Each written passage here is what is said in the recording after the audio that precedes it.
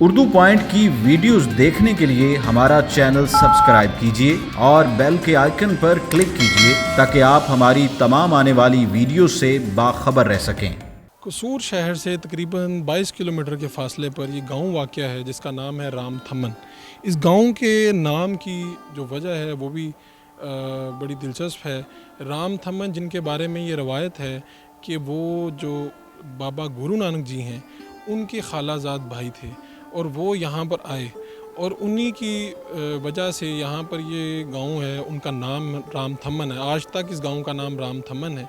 और बिल्कुल मेरे जो पीछे आप देख सकते हैं जो यादगार बनाई गई है वो राम थमन जी की याद में बनाई गई है, क्योंकि यहाँ पर हर साल मुख्तलिफ़ दुनिया के ममालिक से लोग आते हैं और राम थमन जी को बाबा गुरु नानक जी के जो कुर्बत की वजह से लोग उनको बड़े अकीदत से याद करते हैं और बाबा राम थमन जी की यादगारें यहाँ पर मौजूद हैं। लोग उनकी किस्से कहानियाँ भी सुनाते हैं और यहाँ तक भी कहा जाता है कि बाबा गुरु नानक जी यहाँ पर आया करते थे, उनके पास क़याम किया करते थे और उनकी आपस में बड़ा गहरा ताल्लुक़ था।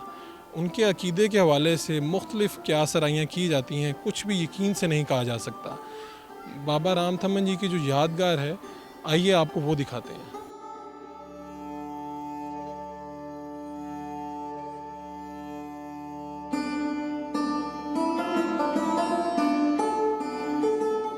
बाबा जी की तारीख है दी है जड़ा पिछे असी तालाब देख रहे हैं, बाबा राम थमन जी के हवाले नाल यादगार भी थे, की तारीख है दी? इनकी जी तारीख तो सानू तो किसी वड्डिया ने दसिया ही नहीं, यानी कि इन्हें क्यास रहियां ने डम डोए आपदे लांदा रहा भी, यानी कि ये साडे बजुर्गों की भी क्यास रही सी भी ये साडी पहले मस्जिद सी, ये बिल्कुल किबलानुमा है।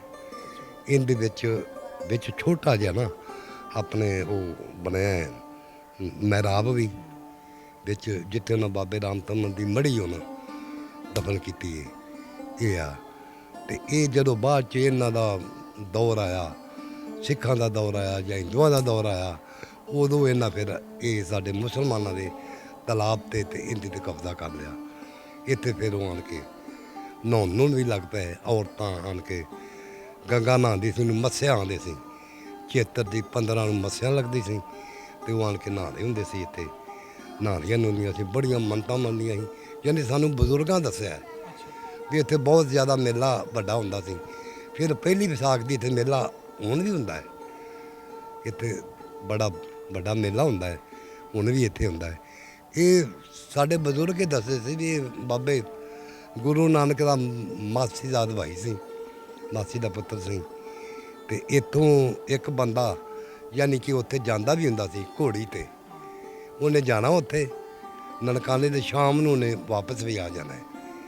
ये दसदे सी इंदे 4 सफेदे सीढ़ियां सी, बड़ा शफाफ पानी सी, इंदे च किसे नूं हुक्म नहीं सी भी नहा के ते साफा भी नहीं छोड़ना, इन्ना साफ पानी सी इत्थे।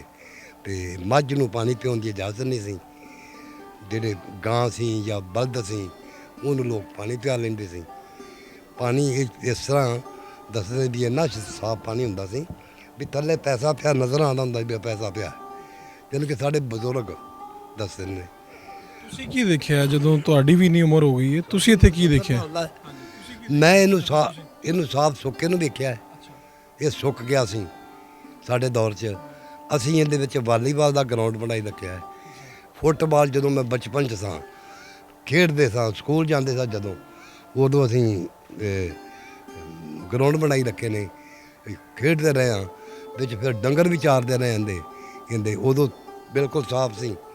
ਸੀੜੀਆਂ 4 ਸਫੇਦੇ ਹੈਗੀਆਂ ਸੀ, ਨਸ਼ੇੜੀਆਂ ਤੇ ਖੇਡਦੇ ਰਹੇ ਅਸੀਂ। ਦੱਸਿਆ ਕਿ ਇੱਥੇ ਜਿਹੜੇ ਪੁਰਾਣੇ ਇੱਥੇ ਬਣੇ ਹੋਏ ਨੇ ਦਰੋ ਦੀਵਾਰ ਦੱਸਦੇ ਨੇ ਕਿ ਬਹੁਤ ਪੁਰਾਣੀਆਂ ਇੱਟਾਂ ਜਿਹੜੀਆਂ ਨੇ ਬਰੀਕ ਨੇ, ਕਿੰਨੇ 100 ਸਾਲ ਪਹਿਲੇ ਦੇ ਪਿੰਡ ਹੋਏਗਾ ਜਾਂ ਕੀ ਹਿਸਾਬ ਹੈ? ਬਿਹਤਰ ਜਾਣਦੀ ਜੀ, ਸਾਨੂੰ ਇਹ ਤਾਂ ਨਾ ਕਿਸੇ ਨੇ ਦੱਸਿਆ ਹੀ ਨਹੀਂ, ਇਹਦੀ ਤਾਰੀਖ ਨਹੀਂ।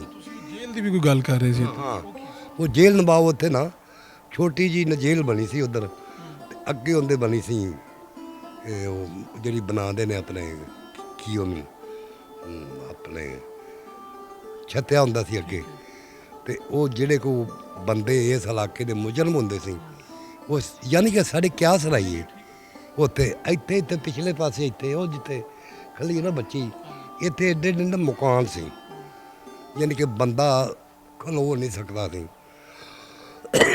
ਉਹਦੇ ਗੈਲਰੀਆਂ ਦੀਆਂ ਸਿਲਾਂ ਸੀ, ਜਿਹੜੇ ਬੰਦੇ ਕੋਠੀਆਂ ਲਾਉਂਦੇ ਸੀ ਨਾ, ਜਿੰਨੇ ਕੋ ਕਤਲ ਕਰਤ ਕੀਤੀ ਹੁੰਦੀ ਸੀ ਉਹ ਅੰਦਰ ਤਾੜ ਕੇ ਤੇ ਸਿਰ ਦੇ ਦਿੰਦੇ ਸੀ।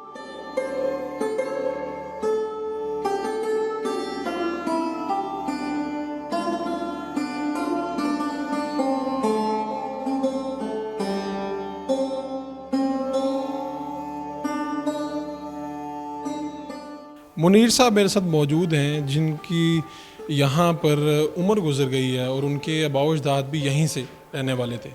ये जो बाबा राम थम्मन जी की यादगार है यहाँ पर, जो बताया जाता है कि बाबा गुरु नानक के खालाजाद थे। ये यादगार के बारे में क्या बातें हैं वो इन्हीं से पूछते हैं। हाँ जी जनाब, की ਇਹਦੇ ਬਾਰੇ ਚ ਮੁxtਲਿਫ ਗੱਲਾਂ ਕਰਦੀਆਂ ਨੇ। ਇਹਦੇ 'ਚ ਇਹ ਮੁਸਲਮਾਨ ਹੈ ਬਾਬਾ। ਅੱਛਾ, ਪਹਿਲੇ ਹਿੰਦੂ ਸੀ, ਬਾਅਦ 'ਚ ਮੁਸਲਮਾਨ ਹੋ ਗਿਆ। ਨੌਸ਼ੋ ਪਾਕ ਦੇ ਘਰ ਦਾ ਮਰੀਦ ਹੈ।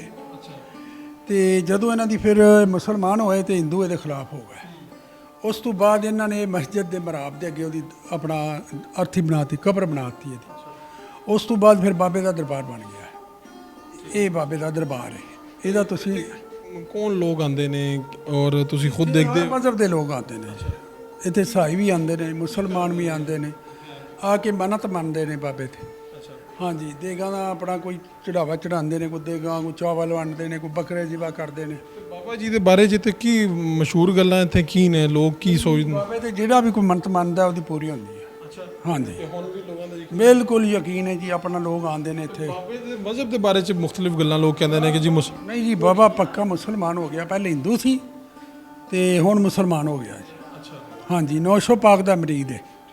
ਹਾਂ, ਇਹ ਮਸਜਿਦ ਦਾ ਇਹ ਜਿਹੜਾ ਮਹਿਰਾਬ ਹੈ ਕੀ ਇਹਦੇ ਬਾਰੇ ਚ ਇਹ ਜਨਾਬ ਪਹਿਲੇ ਮਸਜਿਦ ਸੀ ਤੇ ਘੜੇ ਦੇ ਵਿੱਚ ਅਜ਼ਾਨ ਦਿੰਦੇ ਸੀ ਪਹਿਲੇ ਹਿੰਦੂਆਂ ਦੇ ਟਾਈਮ 'ਚ। ਘੜੇ ਦੇ ਵਿੱਚ ਜਾਂਦੇ? ਹਾਂਜੀ, ਆਮ ਸਰੇਆਮ ਅਜ਼ਾਨ ਨਹੀਂ ਸੀ ਦੇਣ ਦਿੰਦੇ। ਮੇਰੇ ਵਾਲਿਦ ਸਾਹਿਬ ਨੇ ਮੈਨੂੰ ਇਹ ਸਾਰੀ ਗੱਲ ਦੱਸੀ। ਉਸ ਤੋਂ ਬਾਅਦ ਫਿਰ ਉਹਨਾਂ ਦਾ ਹਿੰਦੂਆਂ ਦਾ ਇੱਥੇ ਕਬਜ਼ਾ ਹੋ ਗਿਆ। ਉਹਨਾਂ ਬਾਬਾ ਜੀ ਜਦੋਂ ਡੈਥ ਹੋਈ ਇਹਦੇ ਅੱਗੇ ਦਫਨ ਕਰ ਦਿੱਤਾ ਜੀ। ਕਿੰਨੀ ਕੁ ਪੁਰਾਣੀ ਇਮਾਰਤ ਲੱਗਦੀ? ਇਹ ਜਨਾਬ ਕੋਈ 1000 ਸਾਲ ਤੋਂ ਹੋ ਗਿਆ ਉਹਨਾਂ ਨੇ। 1000 ਸਾਲ? ਹਾਂਜੀ, ਹਾਂ।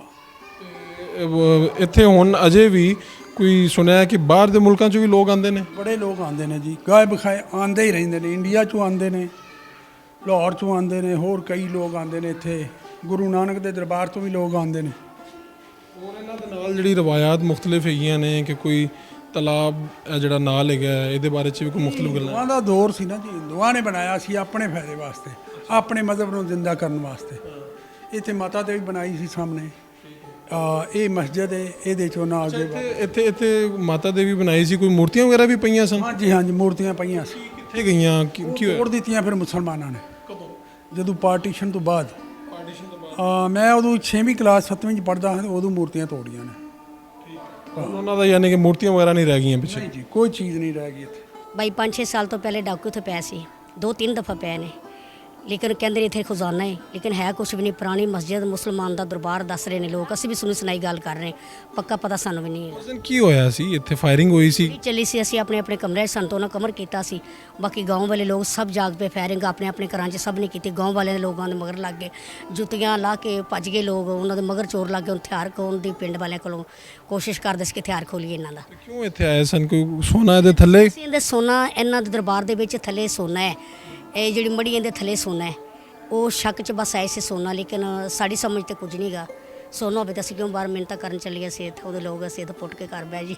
गांव थम्मन में पहली बैसाखी और अंग्रेज़ी जो महीना है अप्रैल, उसमें यहाँ पर एक शानदार मेला सजाया जाता है जिसमें पूरी दुनिया से सिख, हिंदू और मुसलमान यहाँ पर आते हैं।